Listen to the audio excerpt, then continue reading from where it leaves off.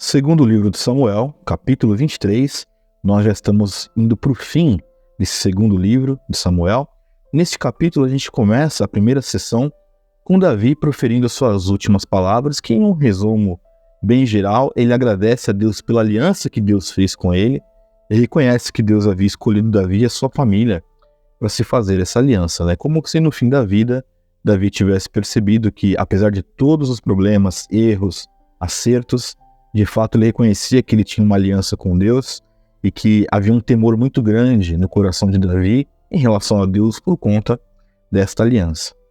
E na segunda parte do capítulo, eu acho que é uma parte muito interessante, porque começa a se dizer dos principais combatentes, os principais guerreiros de Davi, para você ver que como aqueles homens eram corajosos, houve um inventário dos feitos que eles fizeram. É claro que não um inventário completo, mas assim, alguns exemplos. Para a gente começar aqui a enumerar, né? Por exemplo, aqui no versículo 8 diz do José de Bassabete, diz que ele era um dos 3 guerreiros principais, e de uma vez, em uma das batalhas, ele matou 800 homens com uma lança.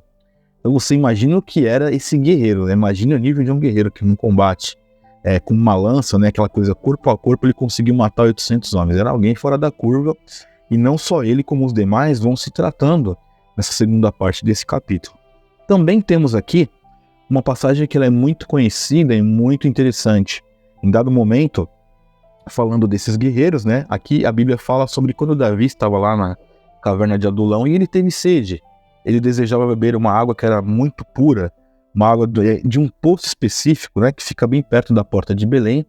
E alguns desses guerreiros aí atravessaram as fileiras dos filisteus, porque eles estavam ali numa situação de guerra, encheram ali um pouco de água, tomaram aquela água daquele poço e levaram de volta para Davi tomar aquela água, né? Então você imagina como esses guerreiros eram fiéis, eram destemidos porque atravessaram, né, uma fileira de filisteus só para trazer água para o rei.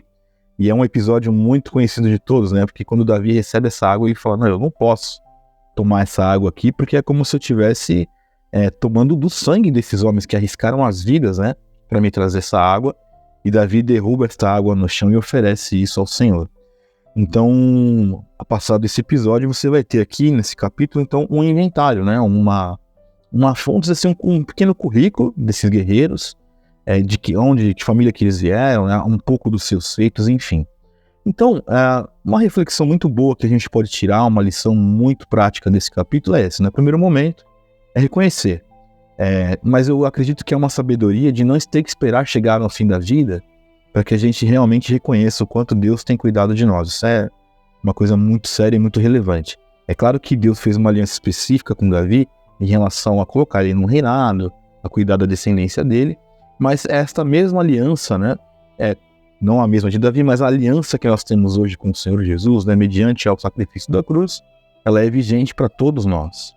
Lembrarmos da aliança que nós temos com Deus mediante a cruz do Calvário, mediante a obra de redenção de Cristo, é uma tarefa extremamente preciosa, mas eu digo que ela é urgente e necessária, porque às vezes nós vivemos como se isso não tivesse uma relevância.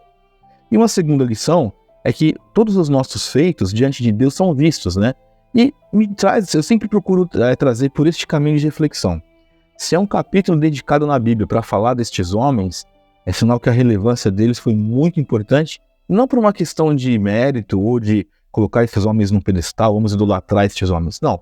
Foram relevantes para aquilo que Deus estava fazendo naquele período. E aí pode ser que você, talvez alguma pessoa que não tenha o discernimento, é uma pergunta até sincera, não tem um discernimento de contexto bíblico, vai dizer o seguinte, mas um dos mandamentos é não matarás.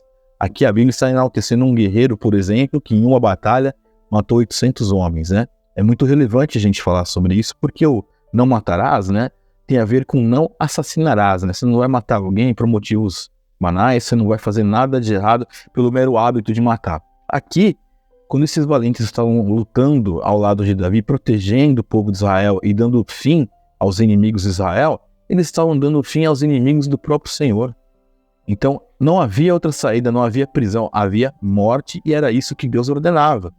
E nós não podemos entender isso como se Deus estivesse desaprovando esses homens. Muito pelo contrário, a relevância deles, além dos seus feitos notáveis como soldados, é que eles estavam ali, sim, defendendo o povo de Israel. E isso nós precisamos nos lembrar e ter isso em mente quando a gente lê um texto como esse.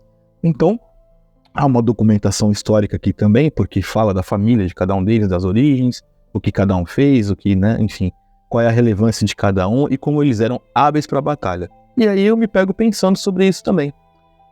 Claro que eu não estou buscando aqui uma glória minha, mas imagine você ter um nível de relevância e que em algum momento da história alguém mencione, olha, foi muito importante que você fez isso porque você colaborou para mudar uma história de uma igreja, a história de uma vida, e você saber que o seu trabalho, ainda que as pessoas não tenham nenhum tipo de reconhecimento, não acredito que estes homens aqui não chegaram a entender este nível de reconhecimento.